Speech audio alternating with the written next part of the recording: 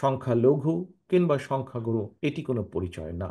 দল মত ধর্ম নির্বিশেষে দেশের প্রতিটি নাগরিকের প্রথম এবং প্রধান গর্বিত পরিচয়টি হচ্ছে আমরা বাংলাদেশী।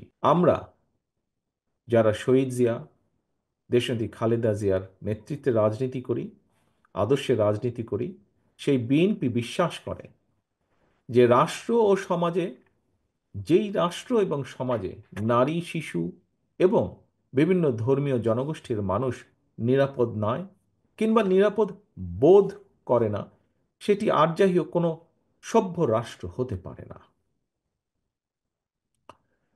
প্রিয় বৌদ্ধ ধর্মাবলম্বী প্রিয় ভাই ও বোনেরা, আমি এর আগেও বিভিন্ন ধর্মীয় জনগোষ্ঠীর সঙ্গে মত বিনিময় সভায় বলেছি, সংখ্যালঘু কিংবা সংখ্যাগুরু এটি কোনো পরিচয় না। এই কথাটিও আজকে আপনারা বেশ কয়েকজন বক্তা তাদের বক্তব্যে তুলে ধরেছেন।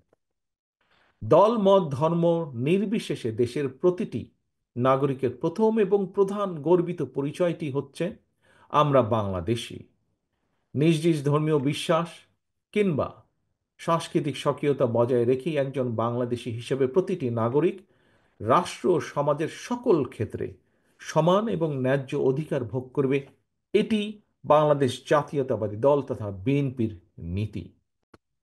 প্রিয় ভাই বোনেরা, নাগরিকদের প্রত্যক্ষ ভোটের মাধ্যমে বিএনপি দেশে এমন একটি গণতান্ত্রিক সরকার প্রতিষ্ঠিত করতে চায় যে সরকার জনগণের কাছে জবাবদিহি করতে বাধ্য থাকবে। তবে কেউ যেন আমাদের গণতান্ত্রিক রাজনৈতিক অধিকার, ভোটের অধিকার কুক্ষিগত করে রাখার ষড়যন্ত্র করতে না পারে, সেজন্য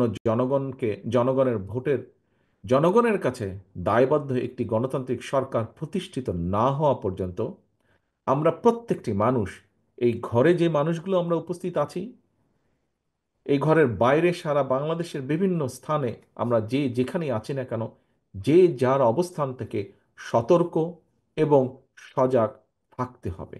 আপনাদের সকলের কাছে আমি আজ সেই আহ্বান জানাই।